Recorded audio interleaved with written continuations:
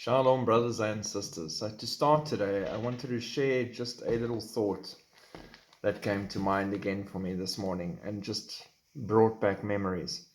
So, way back in the day, when I was younger, I was called up to serve in the military, and I did my time serving my country in the military. In that time, and I mean, I'll talk about that at a different time if I feel it's necessary. But yeah, a lot of lessons learned, a lot of amazing experiences. There is one or two testimonies I'll share from that time. I went through a selection process to go to Special Forces, and that whole experience as well. Lots of things happened there. But with that whole situation, the thing that came to me this morning again is, number one, we were away from home. 1 minute you were a child, the next minute you were away from home. Then you were tested, you were put through trials, you were going through suffering. They were literally, and they would verbally tell you this, trying to break you down, destroy you, completely break you down so that they can rebuild you in what they want you to be, in their image of what they think you should be. That was the aim of the game. And they would say that. You have no more family, you have nothing. We are your family. This is your future. And it's interesting how that correlates with what the world is trying to do to us right now. While we're being tested, while we're away from home, while we're going through trials and suffering, and they're trying to break us down and remake us in their image and change us to what they need us to be. But still, we persist. And through all of that, body, spirit, and soul being attacked, suffering, hardships, lack of food, late nights, just really driving yourself beyond what you think you can handle. There were these little moments of hope that came every now and then.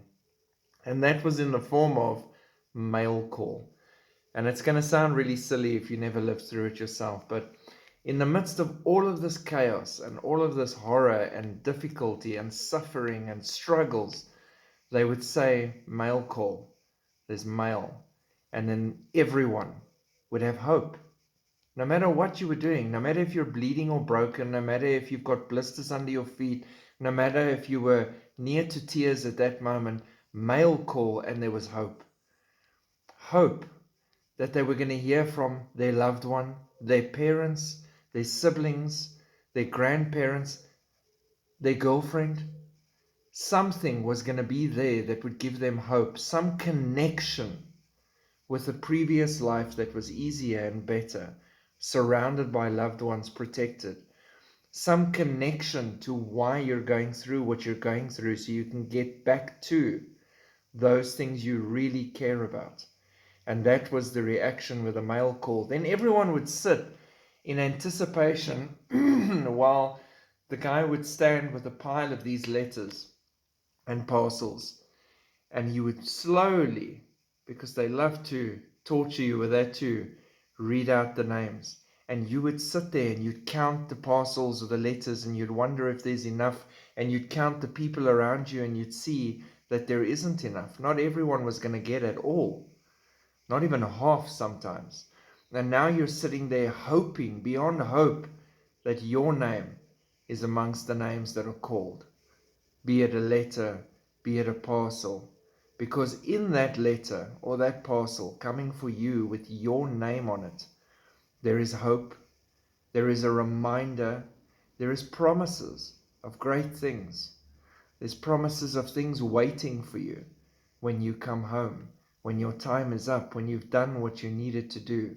And what I want to tell you today is, being at the end of 6,000 years, at a time where darkness is darker than ever before, when evil is running rampant, and it's only starting to build, and we already see how insane this is. And in the midst of this battle, clothed with the full armor of God and fighting to reach the lost and spread the light into the world, we sometimes feel broken, we feel weary, we feel tired, and we hold on to that hope that there is something waiting for us. Him who promised is faithful. He went to prepare a place for us. He's coming back any minute. He gave us signs. We see the signs. We are watching as commanded, as good soldiers, and we are doing our work in the harvest field.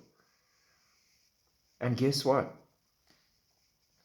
Imagine your name being called every single day. There's a letter for you from home. There is hope from home. It is all right here to guide you to the finish line, to carry you to the very end. We are almost there, soldier. Here is your hope. He has not forgotten you. He is coming to fetch you. He is coming to lift you up and collect you shortly. And he is with you. And here is your hope every single day. So hold on to that. He has never forsaken us, and he never will. He is running with us. We just need to make time to sit down with him and read his letters of hope and listen to him while he communicates with us and carries us through. Because without him, we can't do this. But with him, not even the gates of hell can prevail. God bless. Have a glorious day. Shalom.